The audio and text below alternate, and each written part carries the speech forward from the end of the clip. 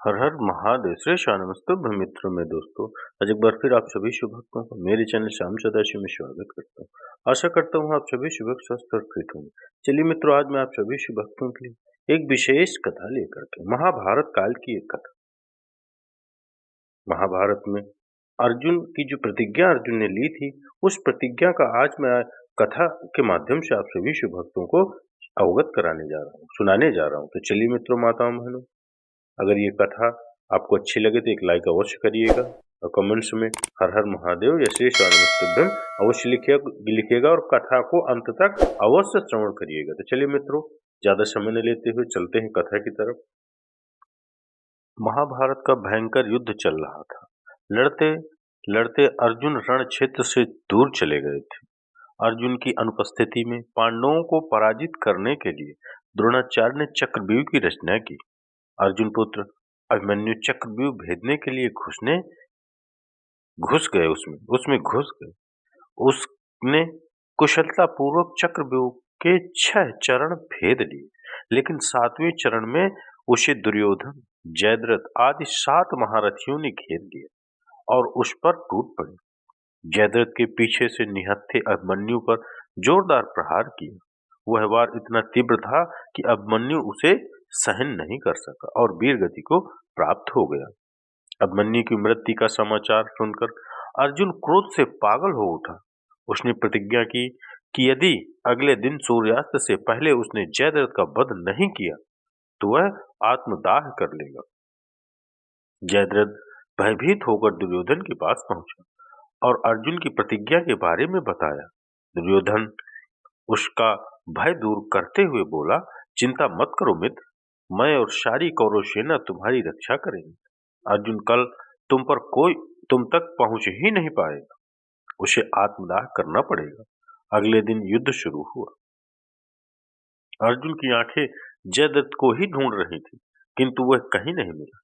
दिन बीतने लगा। धीरे धीरे अर्जुन की निराशा बढ़ती गई। यह देख श्री कृष्ण बोले, पार्थ, समय बीत रहा है और कौरव सेना ने जयद्रथ को रक्षा कवच में घेर रखा है, अतः तुम शीघ्रता से कौरव सेना का संहार करते हुए अपने लक्ष्य की ओर बढ़ो।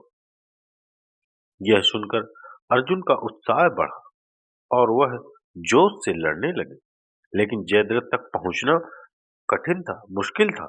संध्या होने वाली थी, तब श्री कृष्ण ने अपनी माया फैला दी।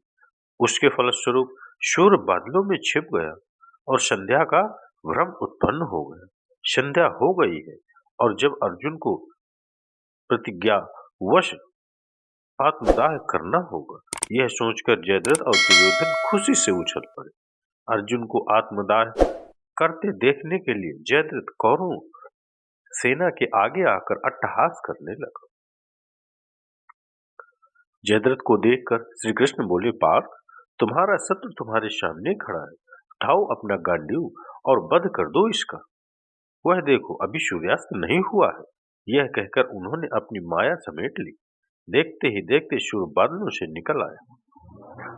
सबकी दृष्टि आसमान की ओर उठ गई। सूर्य अभी भी चमक रहा था। यह देख जयद्रथ और दुर्योधन के पैरों तले जमीन खिसक गई। जयद्रथ भागने को हुआ, लेकिन तब तक अर्जुन ने अपना गांडीव उठा लिया था। तभी श्री कृष्ण चेतावनी देते हुए बोले, हे अर्जुन, जयद्रथ के पिता ने इसे वरदान दिया था कि जो इसका मस्तक जमीन पर गिराएगा उसका मस्तक भी 100 टुकड़ों में विभक्त हो जाएगा।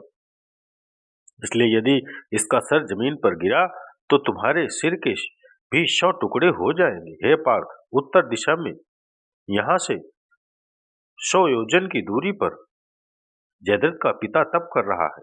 तुम इसका मस्तक ऐसे काटो कि वह उसके पिता की गोद में जाकर गिरे। अर्जुन ने श्री कृष्ण की चेतावनी ध्यान से सुनी और अपनी लक्ष्य की ओर ध्यान केंद्रित कर बाण छोड़ दिया। उस बाण से जयद्रथ का सिर धड़ से अलग कर दिया और उसे लेकर सीधा जयद्रथ के पिता की गोद में जाकर गिरा। जयद्रथ का पिता चौंक कर उठा तो उसकी गोद में से सिर जमीन पर गिर गया।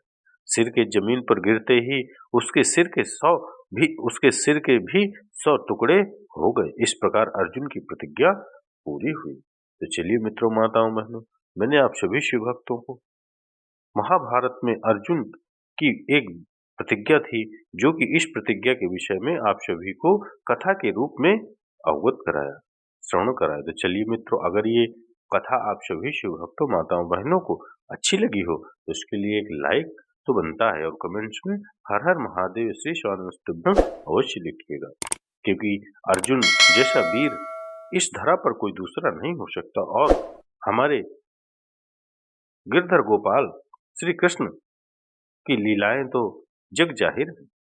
वे जो करना चाहते हैं वही करते हैं, भले ही हम और आप कुछ भी सोचते रहें, कुछ भी बनाते रहें, निर्णय करते रहें, लेकिन जो उनको करना है वही करते हैं। तो चलिए मित्रों, अगर ये कथा अच्छी लगी हो तो लाइक अवश्य करिएगा। हर हर महादेव। श्री मित्रों में दोस्तों।